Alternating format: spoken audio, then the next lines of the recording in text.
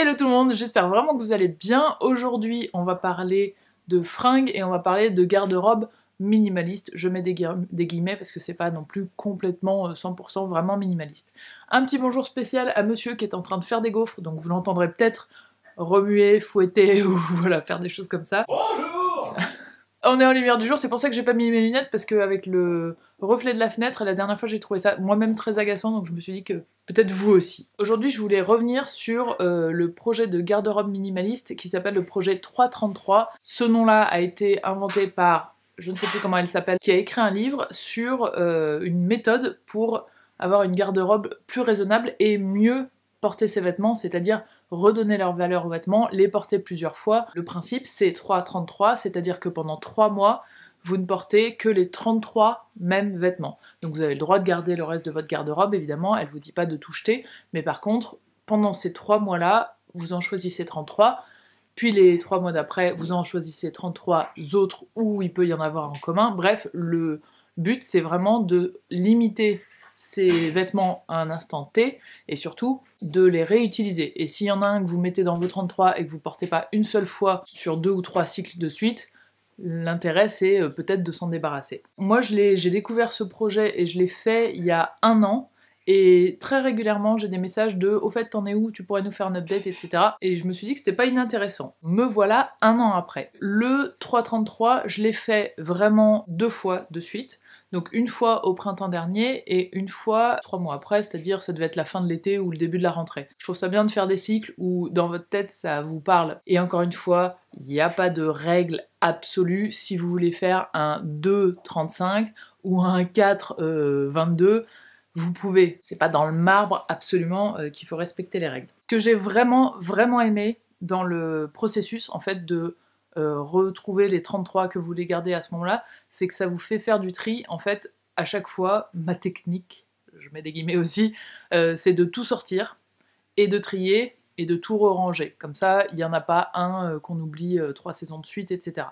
Ça, je trouve ça cool parce que à chaque fois, on redécouvre des choses où on se dit, bah non, en fait, ça me dit plus, ça j'ai plus envie de le porter, ça j'ai pas envie de le mettre dans mes 33 3 fois de suite, ça ne sert à rien de le garder. Parce que concrètement, il y a des vêtements qu'on aime beaucoup et qu'on ne porte jamais. Moi je sais que j'ai récemment donné un petit t-shirt assez court que je trouvais hyper beau, et ça fait au moins 4 ans que je l'ai, et je me dis toujours c'est pour l'occasion où tu pourras le mettre, et en fait ça ne sert à rien. Un t-shirt que j'ai pas porté en 4 ans, aucun intérêt de le garder. Donc voilà, je l'ai donné à quelqu'un qui j'espère va le mettre beaucoup plus et va s'en servir. Et au final, ce dont je me suis vite rendu compte, c'est que même en choisissant 33 vêtements, on porte quasiment tout le temps les 10 mêmes. Je sais que parmi vous, il y en a plein qui m'avaient dit sur ma première vidéo, genre, mais 33 vêtements, je les ai même pas.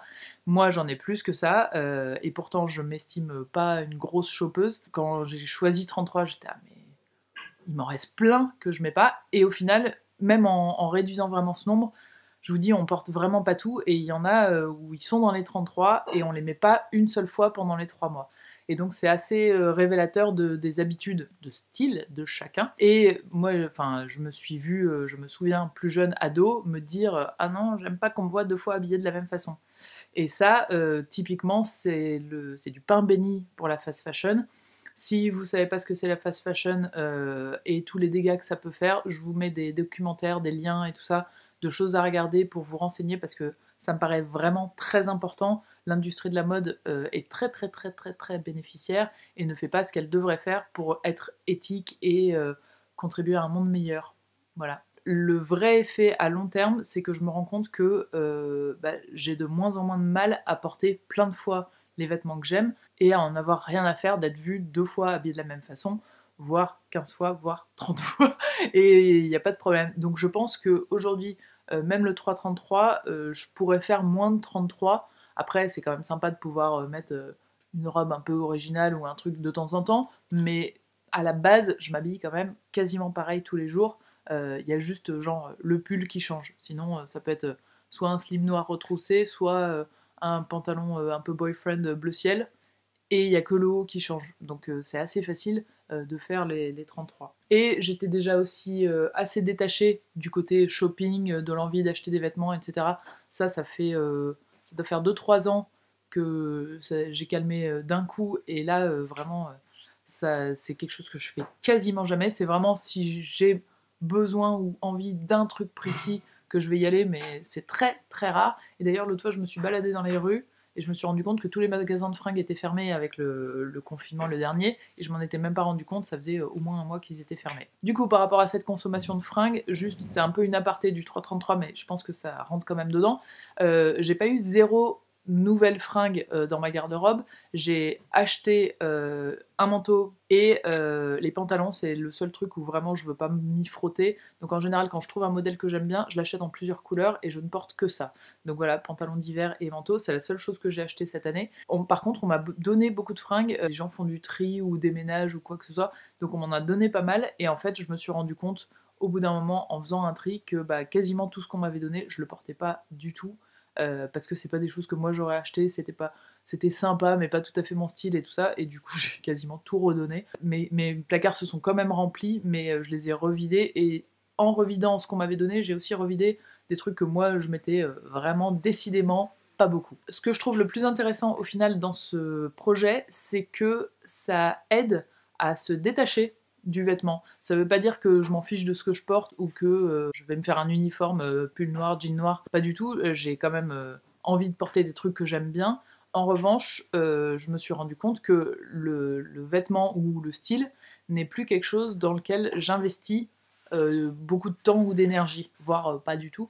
Après, j'investis du temps et de l'énergie dans le fait de me les faire, comme ce merveilleux pull qui vous a beaucoup plu la dernière fois d'ailleurs, et que voilà, que je remets à chaque fois avec plaisir.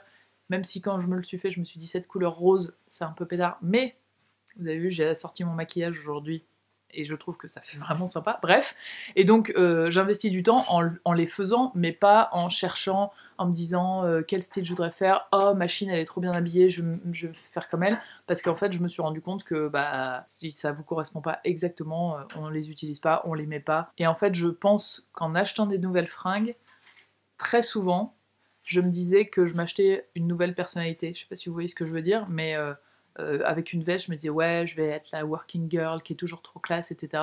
Ou avec un pantalon, ouais, je vais être comme ci, comme ça. Je sais pas comment, c'est un mécanisme, je pense, qui nous est donné un peu par la pub, un peu par les médias, un peu par plein de choses.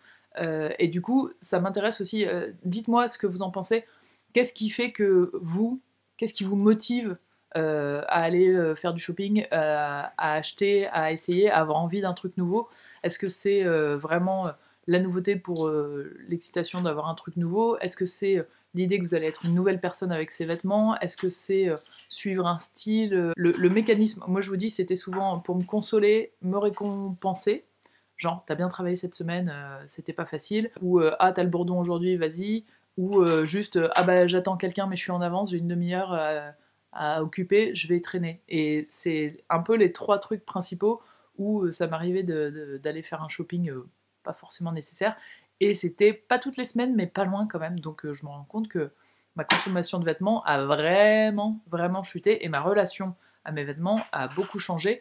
Et je suis ravie de porter beaucoup plus. D'ailleurs, il y a un hashtag qui s'appelle, je sais plus si c'est 30 wears, 10 wears, je sais plus, où en fait c'est le truc de reporter le même vêtement tant de fois et de se dire au moment de l'acheter, si je vais pas le porter 15 fois, ça vaut pas le coup que je l'achète. Et il y a un côté, je sais pas, les vêtements qu'on porte beaucoup, il y a un côté affectif que je trouve beaucoup plus intéressant que de dire j'ai été la plus belle à cette soirée et ce truc là je ne le remettrai jamais. Donc en gros mon bilan c'est cool de consommer moins et d'aimer un peu plus les choses qu'on a déjà. Quant à ma garde-robe aujourd'hui, j'ai refait un tri il y a quelques semaines, j'ai pas fait le 333, j'ai commencé à le faire un peu en y pensant, et puis je me suis dit c'est bon, tu vas pas tout compter. Je pense qu'il y en a plus de 30, mais je sais que par exemple les jupes d'été, je les mets vraiment que en plein été quand il fait 30 degrés ou à la plage. Donc je vais pas les compter, mais en même temps je vais pas les ranger dans un autre carton, etc. Je les laisse dans mon placard. Mais mon placard a maintenant des parties qui sont vides, et ça n'était pas arrivé depuis très très longtemps. Et je trouve ça très agréable, donc j'ai pas du tout envie de les remplir. Au contraire, je pense peut-être encore essayer de me débarrasser de quelques trucs. Et aussi une chose qui est très très cool, et ça je suis très très contente, c'est qu'avant j'avais mon placard qui est ici en bas, j'avais quelques vêtements En haut dans la mezzanine, vraiment genre les robes que je mets à un mariage ou les trucs que je mets très rarement, du coup c'était pendu là-haut. Et j'ai des grosses boîtes où je mets, en gros l'été je mets mes affaires d'hiver et l'hiver je mets mes affaires d'été.